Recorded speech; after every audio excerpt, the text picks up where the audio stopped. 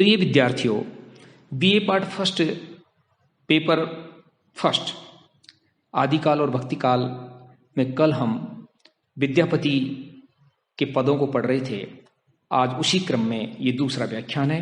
विद्यापति को आज पूरा करना चाहेंगे। तो पहले तो उनका जो बचा हुआ पद है उसको हम पढ़ लेते हैं, उसकी व्याख्या कर लेते हैं। उसके बाद विद्यापति के काव्य की हम समीक्षा करेंगे। पहले मैं उनका पद पढ़ के आपको सुनाता हूं।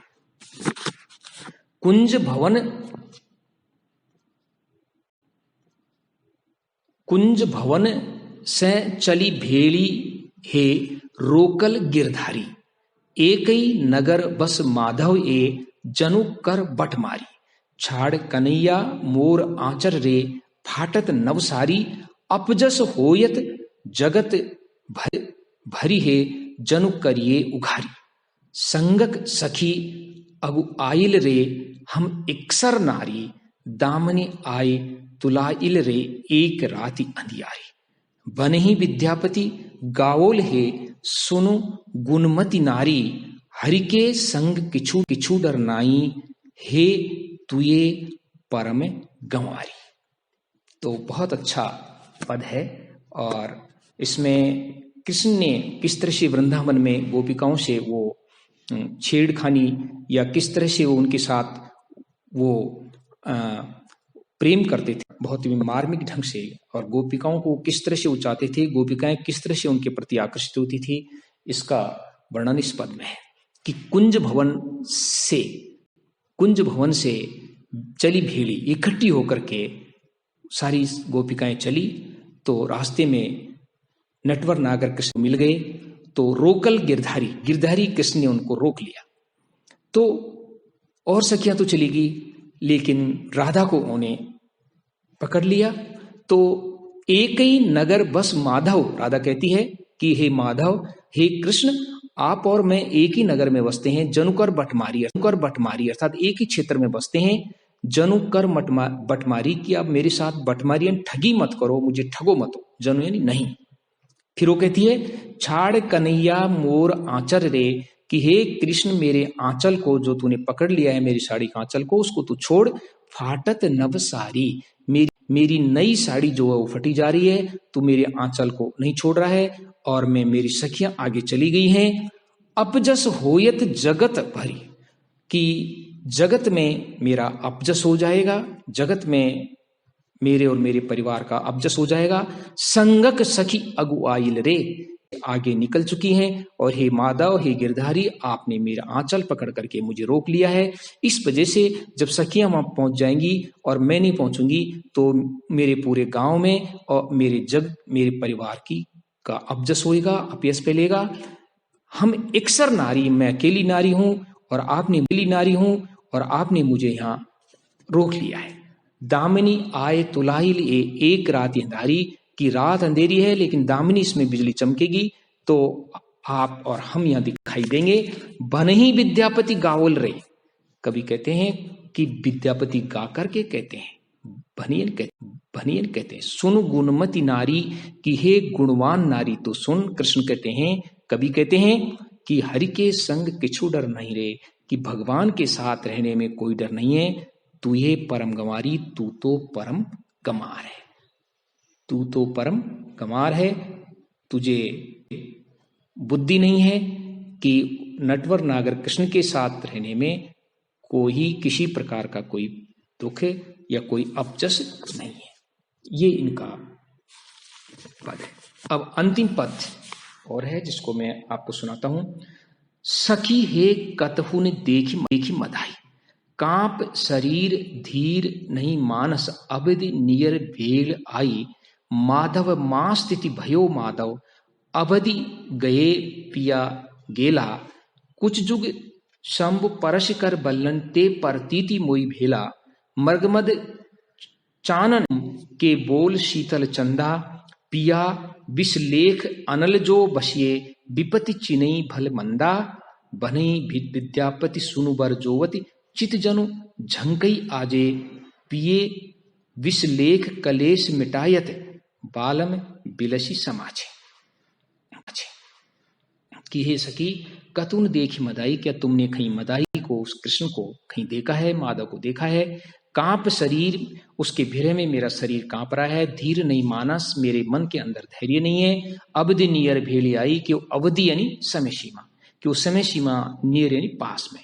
ब्रज भाषा का शब्द अंग्रेजी का भी नियर यानी पास में होता है, और इसमें नियर, इससे पता चलता है कि कभी ये भाषाएं, यूरोप और भारत की भाषाएं एक भाषा से निकली है, कि वो समय सीमा जो है वो पास में आ गई है और कृष्ण जी नहीं है, इसलिए मेरे मानस में धीर नहीं है, धैर्य नहीं है, शरीर कांप रहा है।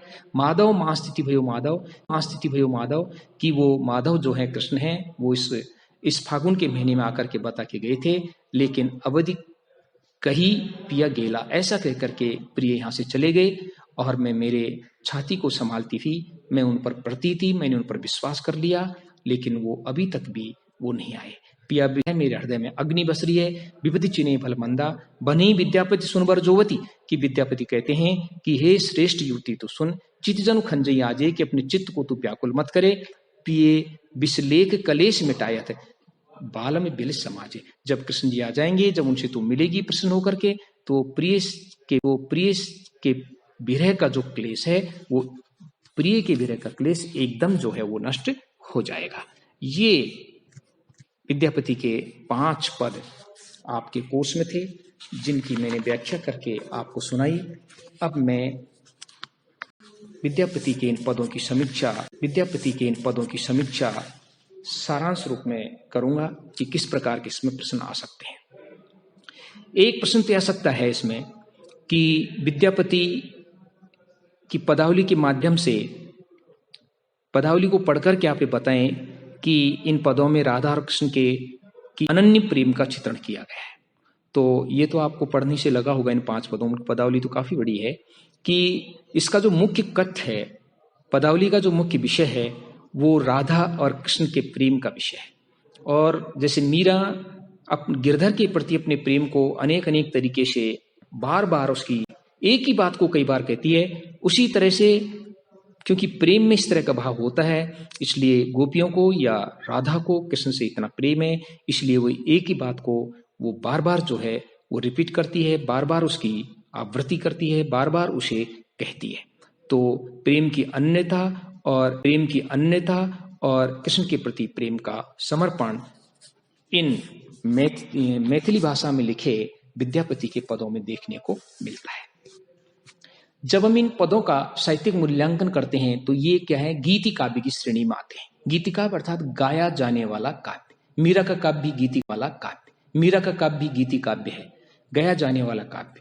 तो इसमें जो इसके जो अगर मुख्य बिंदु इसके लिए जाएं तो वो ये हैं कि एक तो भाव माधुर्य, कि इनके भाव इतने सुंदर हैं, क्योंकि प्रेम का चित्रण किया है, राधा और प्रेम का चित्रण किया है, राधा और कृष्ण के प्रेम का चित्रण किया है, या कृष्ण और गोपियों के प्रेम का चित्रण किया है, इसलिए इसमें माधुर्य गुण तो है ही, और इनका भाव जो है वो बहुत ही मार्मिक है।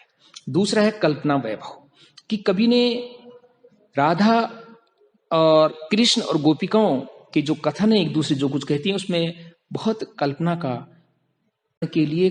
का मार्मिक उपयोग इन्होंने किया है। तीसरी यदि इसकी विशेषता विद्यापति पदावली की मानी जाए तो वह है संगीतात्मकता। जो गेय काव्य होता है उसमें संगीतात्मकता होती है, अर्थात इनके पदों में संगीतात्मकता है, संगीत के साथ इनको बहुत ही सरस तरीके से गाया जा सकता है। रागों में जो गायक होते हैं वो इसको गाते हैं। मीरा के पद भी जो हैं वो उनमें भी संगीतात्मकता है, वो भी कृष्ण प्रेम में लिखे गए, राजस्थानी भाषा में लिखे गए पद हैं, और ये भी कृष्ण प्रेम में लिखे गए पद हैं, लेकिन ये मैथिली भाषा में लिखे गए पद हैं। और फिर 30 संगीतात्मकता इनमें मिलती है।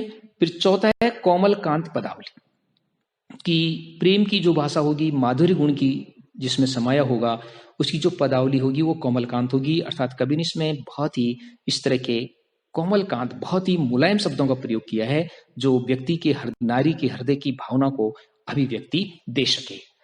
और गीति तत्व तो इनमें है ही। ये इसके विद्यापति के पूरे पद जो हैं वो गाए जाने योग्य हैं, और इनको विशेषकर बंगाल में जो है मिथिला क्षेत्र में इनको विभिन्न अवसरों पर, विवाह आदि पर विवाह आदि अवसरों पर इनको बड़े चाव के साथ, बड़े उत्साह के साथ इनको गाया जाता है। तो सारांश रूप में हम कह सकते हैं कि आदिकाल के कवि विद्यापति, आदिकाल के कवि हैं। आदिकाल के कवि विद्यापति, जब खड़ी बोली हिंदी का उस समय जन्म भी नहीं हुआ था, तो लेकर के बहुत ही मार्मिक ये पदावली की रचना की, जो मीरा के बाद अपने आप में दूसरा उदाहरण है इस प्रकार का। और क्योंकि उस समय आदिकाल में या तो रासो साहित्य में वीर रस का या राजाओं की प्रशस्ति का इस तरह के वर्णन किए जाते थे, या जैन साहित्य लिखा जा रहा था जिसमें नीति और आदर्श की बात थी, या गोरखनाथ के संप्रदाय द्वारा नाथपंथी साहित्य लिखा जा रहा था जिसमें भी नीति, आदर्श और योग की बात थी। लेकिन उस समय ये लौकिक काव्य जो लिखा गया, जैसे राजस्थानी में ढोला मारोरा दोहा लिखा गया, उसी तरह से मिथिला प्रदेश में कवि विद्यापति ने ये लौकिक काव्य राधा कृष्ण के प्रेम को लेकर के लिखा, जो अपने आप में बहुत मार्मिक है, अनूठा है, और शायद संसार की किसी भी भाषा में इस तरह का काव्य जो है वो नहीं लिखा गया जैसा विद्यापति ने लिखा है। इसलिए हिंदी साहित्य के आदिकाल के विद्यापति जो हैं एक बहुत महत्वपूर्ण कवि माने जाते हैं। आज का व्याख्यान जो है यहीं समाप्त होता है। अगले व्याख्यानों में आपके कोर्स के जो बचे हुए अंश हैं उनको लेकर के वीडियो लेकर के उनका